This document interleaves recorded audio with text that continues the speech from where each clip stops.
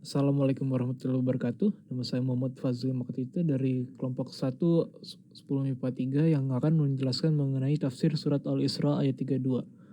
Ini adalah kelompok saya, anggotanya Fareza Rifayansyah absen 12, Yusuf Abdul Mukhlis absen 40, Arta Putra Dwi Darmawan absen 6, Karina Widayanti Kartika absen 18, Selvian Nur Azari absen 36, Raden Mutiara Salwah absen 30, dan saya sendiri Muhammad Fazil Makatita absen 24. Pembahasan pertama kita adalah tafsir surat Al-Isra ayat 32. Berikut ini adalah surat Al-Isra ayat 32 dalam tulisan Arab, tulisan Latin, dan artinya dalam bahasa Indonesia. Wala taqrabu zina innahu kana fahisyatan wasa asabila, yang artinya, dan janganlah kamu mendekati zina. Sesungguhnya zina adalah perbuatan yang keji dan suatu jalan yang buruk. Kemudian kita akan membahas mengenai poin-poin yang ada pada surat Al-Isra ayat 32. 1. Jangan mendekati zina. Poin pertama dari surat Al-Isra ayat 32 ini adalah larangan mendekati zina. Wala taqrabu zina, dan janganlah kamu mendekati zina. Allah Subhanahu wa taala melarang zina dengan larangan yang sangat keras. Jika banyak hal haram yang dilarang, zina bukan hanya dilarang namun juga dilarang mendekatinya. Dalam melarang makan harta saudara secara zalim, Allah Subhanahu wa taala berfirman, Ya ayyuhallazina amanu la ta'kulu amwalakum bainakum bil batili illa an takuna tijaratan angtarodim minkum wa la taqtulu anfusakum innallaha kana bikum rahima, yang artinya, janganlah kamu saling memakan harta sesama dengan jalan yang batil, kecuali dengan jalan perniagaan yang berlaku dengan suka sama suka di antara kamu. Quran Surat An-Nisa ayat 29. Kemudian dalam melarang pengkhianatan, Allah Subhanahu wa taala berfirman, Ya ayyuhallazina amanu la takhunullaha wa rasulah wa takhunu amanatikum wa antum ta'lamun, yang artinya, janganlah kamu mengkhianati Allah dan Rasul Muhammad, dan juga janganlah kamu mengkhianati amanat-amanat yang dipercayakan kepadamu, sedang kamu maha mengetahui. Quran Surat Al-Anfal ayat 27. Demikian pula saat Allah melarang merendahkan orang lain, melarang mencela, dan melarang memanggil dengan panggilan buruk. Dia melarang perbuatan itu.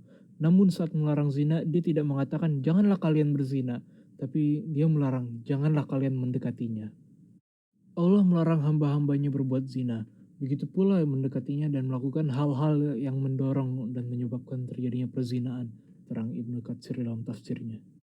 Al-Quran melarang walau hanya mendekati perbuatan zina dalam rangka untuk menunjukkan sikap kehati-hatian dan tindakan antisipatif yang lebih besar, sebut Ibnu Katsir dalam tafsir Fi Zilalil Quran.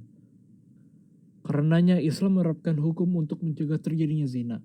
Islam melarang ikhtilaf, campur baurnya antara pria dan wanita. Islam melarang halwat, pria berduaan dengan wanita yang bukan mahramnya. Islam melarang membuka aurat. Islam melarang pacaran. Islam mengajarkan untuk menjaga pandangan. Islam memotivasi para pemuda untuk segera menikah. Jangan dekati zina, artinya segala sikap dan tingkah laku yang dapat membawa kepada zina janganlah dilakukan. Hendaklah jauhi, tegas Buya Hamka dalam tafsir Al-Azhar. 2. Keji dan jalan buruk. Poin kedua dari surah Al-Isra ayat 32 ini menjelaskan keburukan zina. Innahu kana wa insa'atan wa sya'asabilan. Sesungguhnya zina itu adalah suatu perbuatan yang keji dan suatu jalan yang buruk. Menurut Syekh Wahba Az-Zuhaili, wahisya adalah perbuatan yang sangat keji, sedangkan sa'a sabila adalah jalan yang sangat buruk karena ia merupakan pelanggaran terhadap kehormatan yang mengakibatkan tercampur dan terputusnya nasab serta mengakibatkan kekacauan di masyarakat. Menurut Ibnu Katsir, wahisya adalah dosa besar dan sa'a sabila adalah hal yang paling buruk. Imam Ahmad meriwayatkan dari Abu Umamah, pernah ada seorang pemuda datang kepada Nabi Shallallahu Alaihi Wasallam. Lalu ia mengatakan, "Wahai Rasulullah, izinkanlah aku berbuat zina." Maka para sahabat yang hadir memusatkan pandangan ke arah pemuda itu dan menghardiknya. "Diam kamu, diam kamu." Namun Rasulullah tidak memarahi pemuda itu. Beliau justru bersabda, "Dekatkanlah ia kepadaku." Setelah pemuda itu mendekat, Rasulullah Shallallahu Alaihi Wasallam bersabda, "Duduklah." Pemuda itu pun duduk, dan Nabi Shallallahu Alaihi Wasallam bertanya kepadanya, "Apakah kamu suka perbuatan zina dilakukan terhadap ibumu?" Pemuda itu menjawab, "Tidak, demi Allah, wahai Rasulullah. Semoga Allah menjadikan diriku sebagai tebusanmu." Maka Rasulullah bersabda, "Orang lain pun tidak suka hal itu dilakukan terhadap ibunya. Apakah kamu suka perbuatan zina dilakukan terhadap anak perempuanmu?" "Tidak, demi Allah, wahai Rasulullah. Semoga Allah menjadikan diriku sebagai tebusanmu." Orang lain pun tidak suka hal itu dilakukan terhadap anak perempuannya. "Apakah kamu suka perbuatan zina dilakukan terhadap saudara perempuanmu?" "Tidak, demi Allah, wahai Rasulullah. Semoga Allah menjadikan diriku sebagai tebusanmu." Orang lain pun tidak suka hal itu dilakukan terhadap saudara perempuannya. "Apakah kamu suka perbuatan zina dilakukan terhadap bibimu?" "Tidak, demi Allah, wahai Rasulullah. Semoga Allah menjadikan diriku sebagai tebusanmu." Orang lain pun tidak suka hal itu dilakukan terhadap bibinya. Kemudian Rasulullah meletakkan tangannya ke dada pemuda itu seraya berdoa, "Allahumma firna bahu wa patau qobahu wa ahsi warjahu." Ya Allah, ampunilah dosanya dan bersihkanlah hatinya serta peliharalah farjinya.